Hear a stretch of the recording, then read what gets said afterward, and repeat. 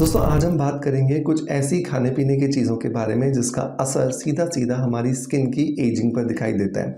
Naturopathy क्या कहती है, कौन सी चीज़ों को हमें छोड़ना चाहिए और किन चीज़ों को हमें खाना चाहिए, यही सब कुछ आज के इस वीडियो का एजेंडा है। मैं हमेशा से कहता हूँ कि अगर आप अपनी ब्यूटी को इम्प्रूव करना चाहते हैं, ब्यूटी को इन्हांस करना चाहते हैं, तो आपको जो काम है, आपको जो मेहनत है, वो शरीर के अंदर करनी चाहिए, क्योंकि जब आप शरीर के अंदर सही पोषक तत्व डालते हैं तो उनके अवशोषण की वजह से आपकी त्वचा पर उसका बेहतरीन जो रिजल्ट है वो आपको देखने के लिए मिलता है। बाहर से लगाए गए कॉस्मेटिक्स डेफिनेटली काम करते हैं, लेकिन वो आपको 40% या 30% ही काम करके देंगे, लेकिन 60 to 70% आपके शरीर के अंदर जो आप डाइट लेते हैं, आप जो एक डिसिप्लिन फॉलो करते हैं, वही आपको अच्छे रिजल्ट्स देता है। तो मेक श्योर कीजिए, अगर आप भी 25 प्लस हो चुके हैं, आप अपनी एजिंग को स्लो डाउन करना चाहते हैं, एक अच्छी लाइफस्टाइल को जीना चाहते हैं, तो यकीन मानिए कि ये आपको बहुत अच्छे रिजल्ट्स दे सकती हैं। इसलिए वीडियो को लास्ट तक ज़रूर देखिएगा और ज़्यादा से ज़्यादा लोगों तक शेयर कीजिएगा, ताकि मैक्सिमम लोगों तक ये जानकारी पहुंचे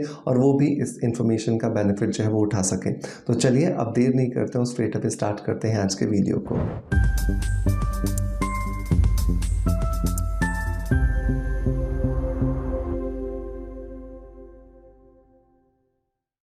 दोस्तों नेचुरोपैथी के हिसाब से अगर बात करें तो 4 सफ़ेद जहर बताए गए हैं। नंबर 1 बताया गया है चीनी को।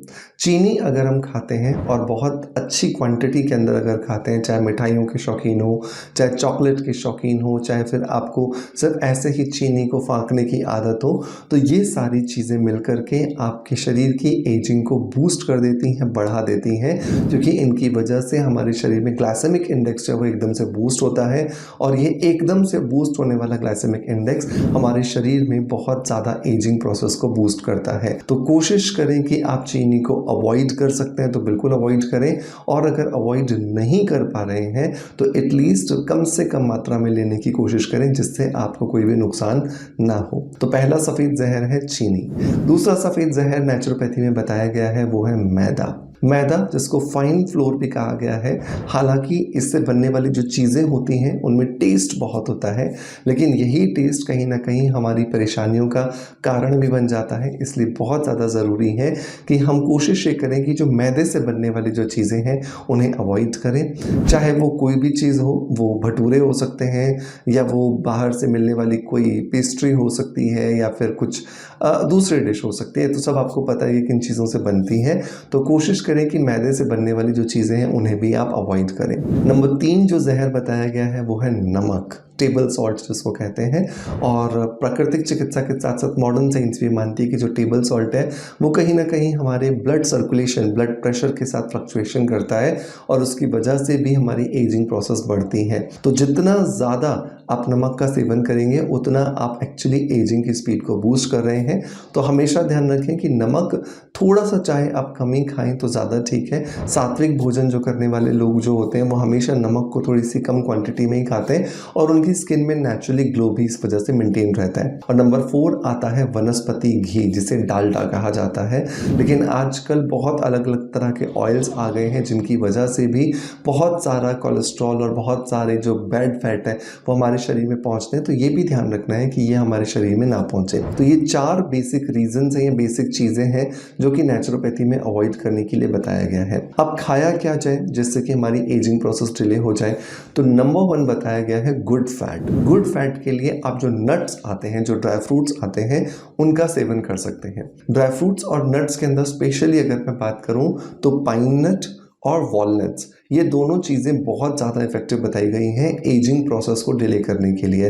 तो पाइन नट, जिसको कि चिलगोज़ा कहा जाता है, अगर रोज़ हम 5 से 10 पीसेस अगर अच्छे से खा लें, अच्छे से चबा चबा करके खाएं, और 5 पूरे अखरोट अगर हम बढ़िया से चबा चबा करके खाएं, तो इनकी वजह से गुड कोलेस्ट्रॉल जो है, मतलब गुड फैट जो है, वो शरीर को मिलता है, और ये गुड फैट जा करके हमारे शरीर की एजिंग प्रोसेस को डिले करता है।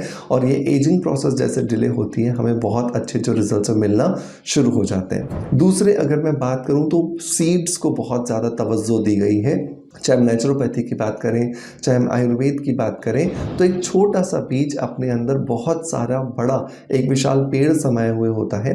तो बिल्कुल वैसे ही बहुत सारे पोषक तत्व भी इन बीजों के अंदर होते हैं। तो अगर हम अपने शरीर को स्वस्थ रखना चाहते हैं, हम अपने शरीर को फिट रखना चाहते हैं, अपनी एजिंग प्रोसेस को डिले करना चाहते हैं, तो 3 बीज हमें हमेशा अपने रूटीन में एक चम्मच ज़रूर शामिल करना चाहिए। एक आता है सनफ्लावर सीड, दूसरा मेलन सीड और तीसरा पंपकिन सीड। इन तीनों सीड्स को रात को एक चम्मच आप भिगो दीजिए, सुबह आप इसका पानी अलग कर दीजिए और पानी अलग करने के बाद आप इसे अच्छे से नाश्ते के समय पर चबा चबा करके खाइए, तो आप देखोगे आपको बहुत अच्छे जो रिजल्ट्स हैं वो देखने के लिए मिल रहे हैं।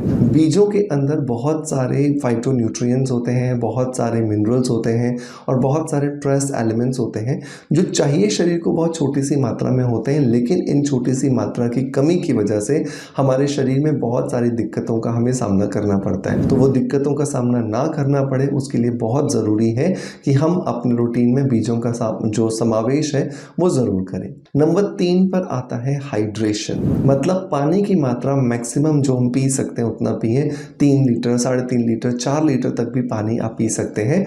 इसकी वजह से आपके शरीर में हाइड्रेशन मेंटेन रहेगा और जितना ज़्यादा हाइड्रेशन हमारे शरीर में मेंटेन रहता है उतना अच्छा हमारी स्किन जो है वो हाइड्रेटेड दिखाई देती है।